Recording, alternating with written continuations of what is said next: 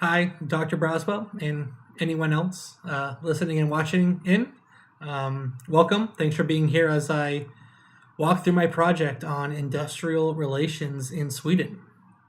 Now, Sweden officially joined the EU in 1995, which tied its labor system to broader EU standards, but the country did already have a very strong labor tradition before that. I picked this country, Sweden, because it's often considered a model of labor relations worldwide. It has one of the highest union densities in Europe, a history of cooperation instead of conflict, and a unique approach to balancing worker rights with employer competitiveness.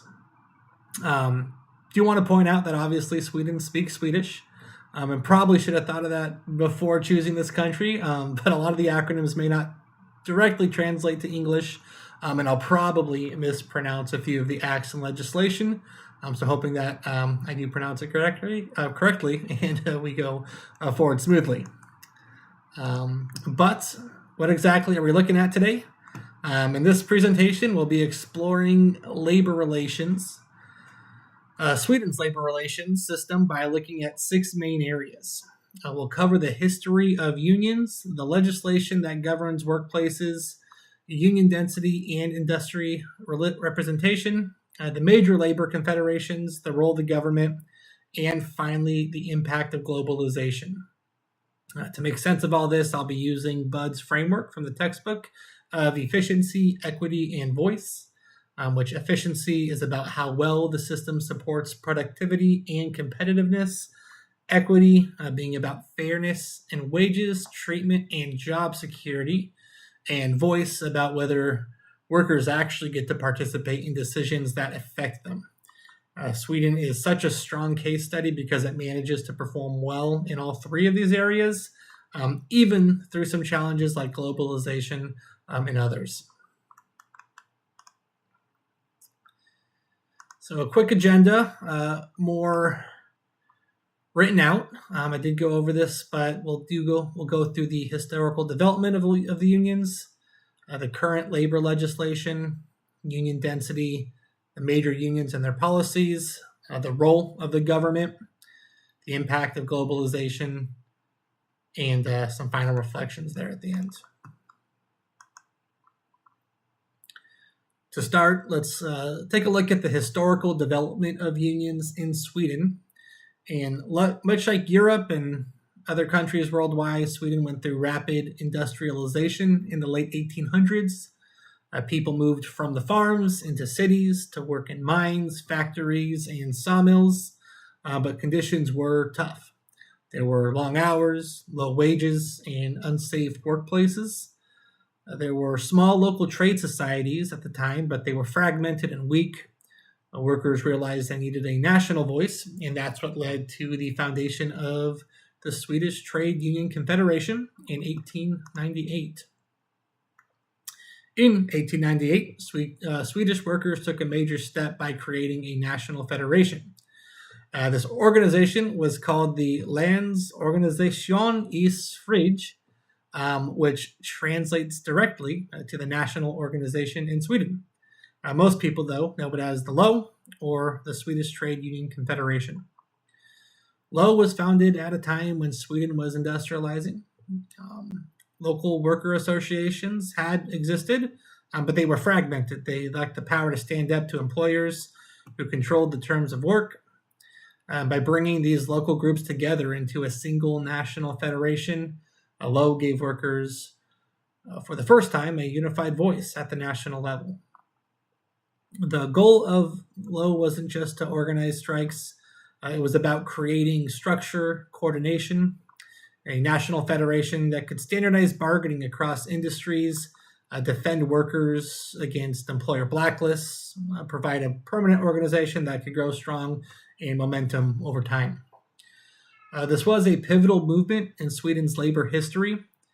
The founding of LO marked the beginning of what would become one of the most stable and cooperative labor relations systems in the world, laying the groundwork for future agreements. The LO, as mentioned, was founded in 1898. This was a pivotal moment because it transformed scattered worker societies into a centralized national federation with some real bargaining power. The Low quickly became the largest and most influential union confederation in Sweden, especially for blue-collar workers. Its influence has extended beyond just wages and working conditions. The Low has been central to shaping Sweden's labor policies, politics, and even its welfare state. The backdrop for the Low's creation was incredibly tough working conditions. During the industrialization, as mentioned, the workers in mines, sawmills, and factories often faced 10 to 12-hour workdays, dangerous machinery, and very low pay.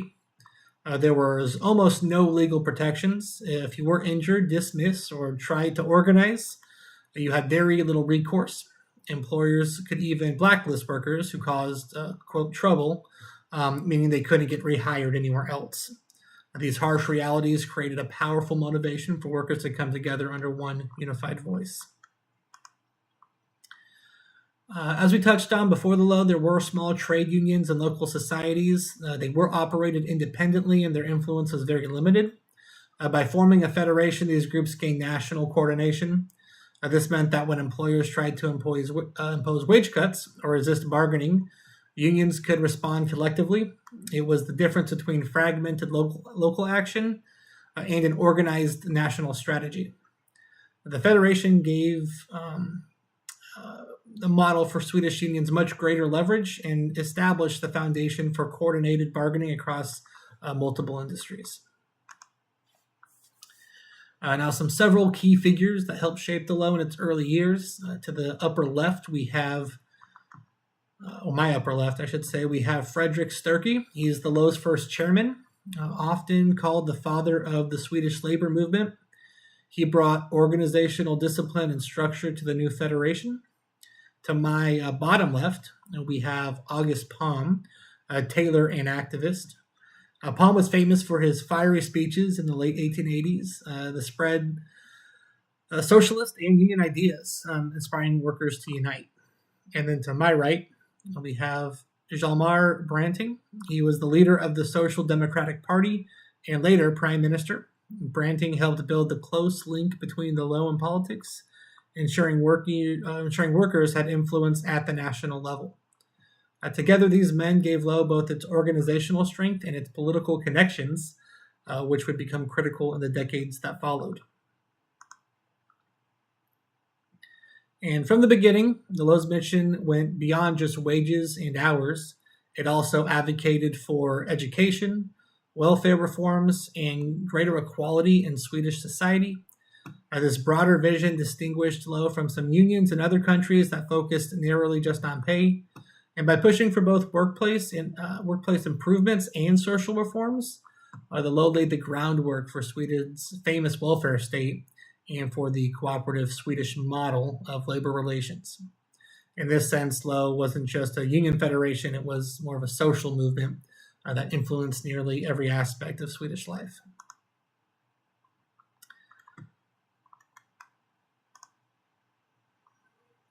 Now, just over a decade after its founding, Low faced its biggest first test, you could say, the general strike of 1909. This was one of the largest strikes in Swedish history, with about 300,000 workers taking part. The strike shut down factories, transport, construction, but in the end, it ultimately was not successful. It did not succeed, but that failure ended up shaping the direction of the Swedish labor relations going forward. Go into this in a bit more detail. It is one of the most defining moments in Sweden's early labor history. The general strike of 1909, again, was one of the largest strikes in the country's history, with nearly 1/5 of the total workforce participating, again, about 300,000 employees. The strike spread across major sectors like transportation, construction, heavy industry, essentially freezing large parts of the Swedish economy. And while the strike ultimately failed, its impact went far beyond the immediate results. It fundamentally reshaped how unions and employers approached industrial relations in the decades that followed. Some triggering events here, what caused it. The strike was triggered during an economic downturn when employers organized under the Swedish Employers Confederation, or the SAF, they announced sweeping wage cuts and layoffs. And from the workers' perspective, this was the breaking point. They were already dealing with long hours, low wages, and tough conditions. And now they were being asked to shoulder the burden of an economic slowdown. For the low, this was seen as an attack not just on wages, but on the dignity and survival of workers and their families. So the decision to strike was as much about principle as it was about pay. The low took the lead in coordinating the strike. This was one of the first times the Federation tested its ability to organize at a national scale. Instead of isolated walkouts in single industries or cities, Low called for workers across sectors to join together in a united front. This coordination was a bold move. It intended to demonstrate the collective power of the labor movement. It showed that workers across different industries were willing to act in solidarity, not just for their own jobs, but for the strength of the movement as a whole. About 300,000 workers again walked out. Participation was massive. Transport workers and builders to factory employees all walked out on their jobs. And that number is staggering when you consider Sweden's population at the time. With such a large share of the workforce out, the economy slowed dramatically. Trains stopped, construction projects halted, and factories stood still. It was a clear display of how dependent the economy had become on organized labor and just how disruptive a nationwide strike could be. Now, despite the scale of participation, the strike ultimately ended in defeat. Employers stood firm, many workers were dismissed, and thousands were even blacklisted, making it difficult for them to find work again. The Low also lost a lot of members in results, weakening the Federation in the short term. But the long-term legacy was different. The strike proved both the potential power of solidarity and the devastating risks of all-out confrontation. After 1909, both the unions and employers began to recognize that constant conflict was unsustainable. This reflection pushed them toward more cooperative approaches, settling the stage for some of the famous legislation to pass, which we'll talk through in our next slide, the Submittal Agreement of 1938.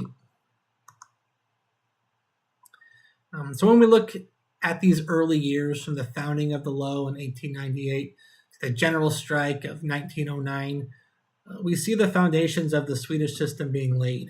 These harsh conditions and early conflicts made it clear that workers needed strong unions, but the failure of the general strike taught both sides that cooperation, not constant conflict, was the way to move forward. This shift set the stage for legislation and cooperative bargaining structures that we'll cover here on the next few slides.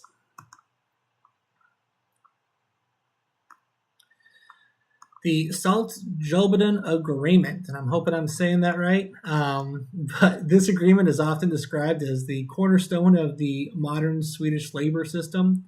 It was signed in 1938 between Low, the Swedish Trade Union, and the SAF, the Swedish Employers Confederation.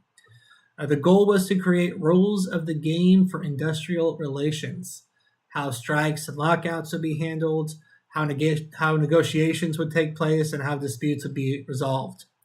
The agreement marked a shift away from constant conflict and toward cooperation. What makes it significant is that both unions and employers took responsibility for regulating the system themselves, with very minimal government involvement. This created stability and trust that lasted decades. The agreement set the foundation for what we call the Swedish model. At its core, this model is based on self-regulation. Unions and employers bargain collectively and manage labor relations without the state dictating those terms. Collective agreements cover most workers, even those who aren't union members, which makes bargaining outcomes nearly universal. The Swedish model also emphasizes a balance between competitiveness and fairness. Employers get predictability and stability, while workers secure equity and voice through their unions. This cooperative approach has been created with contributing to Sweden's economic success, and social stability through the 20th century. And we can now talk about the two most important labor laws in Sweden that were a reflection of this agreement. The Employment Protection Act, or LAS, to the left there, regulates job security. It's famous for its last in, first out rule, which gives senior employees priority in keeping their jobs during layoffs. Employers can't just fire workers arbitrarily. They need objective grounds like redundancy or serious misconduct. This law reflects the principle of equity, ensuring that fair treatment and predictability for employees. To the right there, the Co-Determination Act, or MBL, gives unions a powerful role in a workplace decision-making. Employers are legally required to consult with unions before making major decisions like restructuring or layoffs. It also gives unions the right to information and negotiation. This law reflects the principle of voice because it ensures workers, through their unions, participate in shaping decisions that affect them. Together, the LAS and MBL demonstrate how Sweden uses legislation, not to replace unions, but to strengthen their role and embed cooperation into law.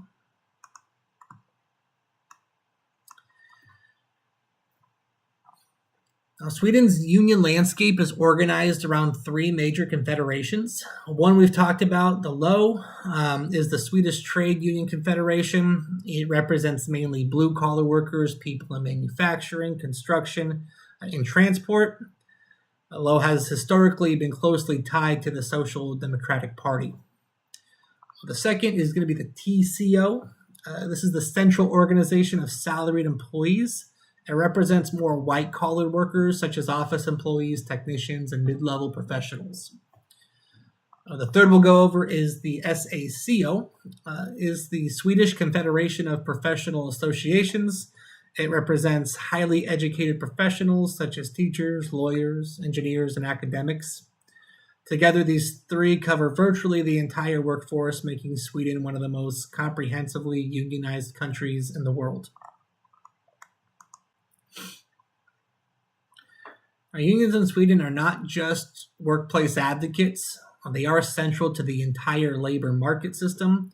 They negotiate collective agreements that set wages, benefits, and working conditions for entire sectors, but their role goes beyond bargaining. They influence national debates on issues like taxation, immigration, education, digitalization.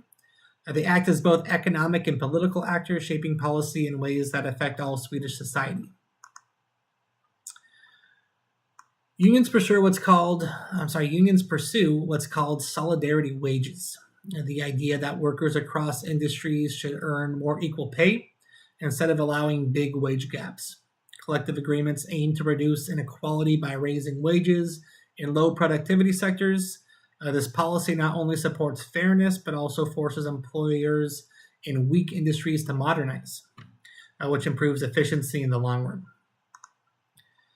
By narrowing these wage gaps and protecting workers in vulnerable sectors, unions play a direct role in reducing economic inequality in Sweden. This has helped keep income inequality among the lowest in the world compared to other advanced economies. Unions are also active in shaping national policy. The LO, for example, has a strong voice in debates over pensions, labor market reforms, and welfare. TCO and SACO weigh in on professional standards, education, and workforce development. Their influence ensures that worker perspectives are represented in policy decisions, not just in workplace negotiations. Now, the Swedish government takes a lighter touch in industrial relations compared to some other countries, but it still plays a vital support role. Rather than dictating wages and conditions, the government provides institutions and frameworks that help the system run smoothly. The National Mediation Office helps resolve disputes before they escalate into strikes or lockouts. Mediators are respected figures who step in to facilitate compromise, supporting efficiency by avoiding costly conflicts. Sweden has specialized labor courts also. They handle disputes under collective agreements and labor laws. This ensures consistency and fairness in how rules are applied, protecting both employers and workers. The welfare state complements collective bargaining by providing unemployment insurance, health care, and pensions. This reduces insecurity for workers and allows unions and employers to focus bargaining on wages and working conditions rather than just basic survival needs. And Sweden's economy is highly globalized and export-driven, so globalization has shaped the industrial relations in important ways. Here are how they've been evolved throughout the decades. The 1990s brought financial crisis and restructuring. Unions agreed to wage moderation in exchange for job security and retraining programs. This period reinforced the cooperation model. Workers accepted smaller raises to keep Sweden competitive globally. In the 2000s, Sweden shifted further toward a knowledge-based economy. Companies like Ericsson symbolized the high-tech future, while global supply chains created new pressures. The unions adapted by focusing on skills development and professional training for workers. And then during the 2010s, immigration reshaped the workforce. Unions worked to integrate immigrant workers and prevent exploitation, ensuring they had access to collective agreements. Global competition also increased, making solidarity and wage coordination more important.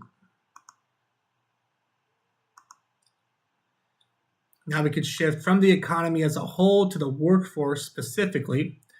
Sweden's labor force has been directly affected by globalization in several ways.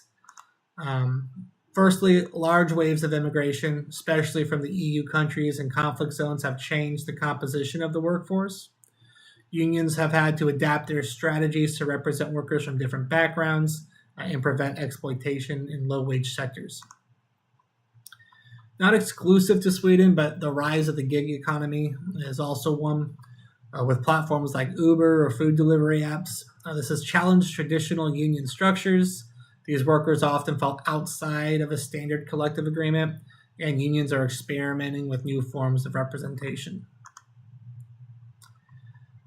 Sweden's workforce is also adapting to the green economy as industries shift toward renewable energy and sustainable practices. Unions are advocating for retraining programs so workers in traditional sectors are not left behind. So when we look at immigration and diversity, the rise of gig economies like Uber and the push toward sustainability, what we're really seeing is a workforce that's constantly evolving. Each of these forces challenge Sweden's traditional model of industrial relations.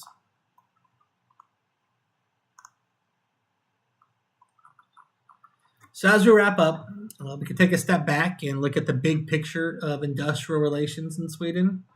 We did start with the founding of the LO in 1898, when harsh working conditions and scattered local unions pushed workers to unite under one national federation.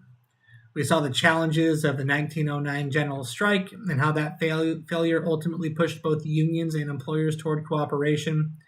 The spirit of that cooperation was cemented with the 1938 Saltsjöbaden Agreement, which laid the foundation for the Swedish model, a system where unions and employers manage relations themselves with minimal government intervention.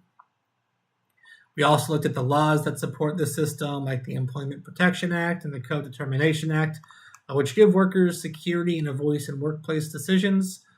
We explored Sweden's three union confederations, the LO, the TCO, and the SACO, and how they not only bargain wages, but also influence national policy.